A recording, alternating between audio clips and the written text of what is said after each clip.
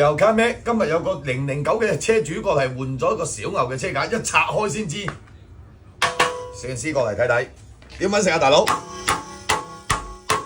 點揾食啊咁？099喎，咁啊叫加固車架啦。首先我哋嚟了解一下佢小牛嘅原廠嘅車架先。咁唔係，首先唔係話原廠嘅車架唔結實嚇，但係因為我哋改咗電機或者加大咗電池之後，成台車嘅一個受力係變咗唔均勻啦。咁小牛嘅原廠車架咧，你加大咗換咗電機或者電池之後咧，好容易就造成，因為呢一個位置咧覺得係空嘅，咁咧就會造成車架好容易有少少嘅裂縫喺度。咁其實呢個車咧，呢台車開起身係冇任何嘅徵兆嘅。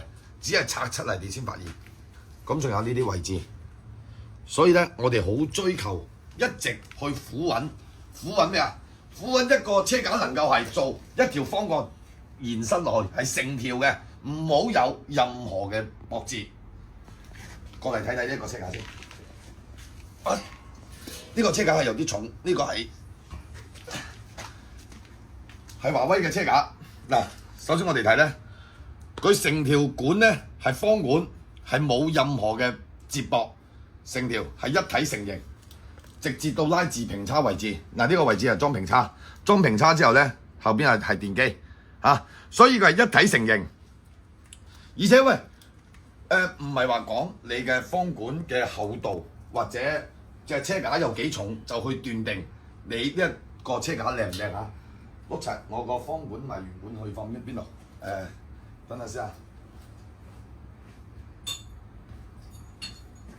嗱，依家咧我哋睇翻佢嘅成個方管咧係做到3.7，咁行內人叫咧就叫3.5，係3.7嘅3.7厚度。咁喂，你呢個車架，其實呢個車架咧唔係話佢係成隻一體成型，嗱，成條主梁一體成型嘅。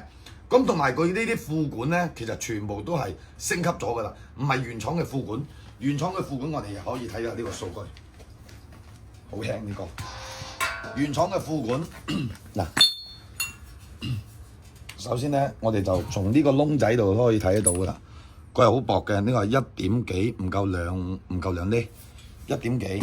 咁睇翻呢一個，嗱呢個嗱你攝影師過嚟呢度嗱睇條主嗱呢個位置啊，呢個位置唔係你前線，你企起身啦，你企起身啊，從個窿位度咧。可以睇到佢呢個係足有2厘幾，差唔多3厘嚇。咁成個主梁升級咗，以及成個主梁升級咗，以及佢嘅副管全部都升級埋。咁佢個作用喺邊度啊？作用係車架佢本身咧，佢嘅主梁同埋佢嘅副管咧，都會有一個相互協調。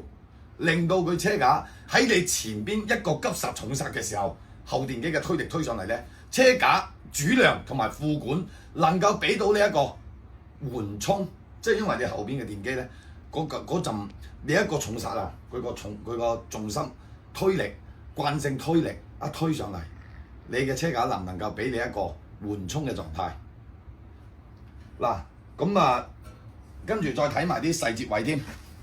咁我哋睇完咗佢嘅主梁同埋副管，主梁都未講齊。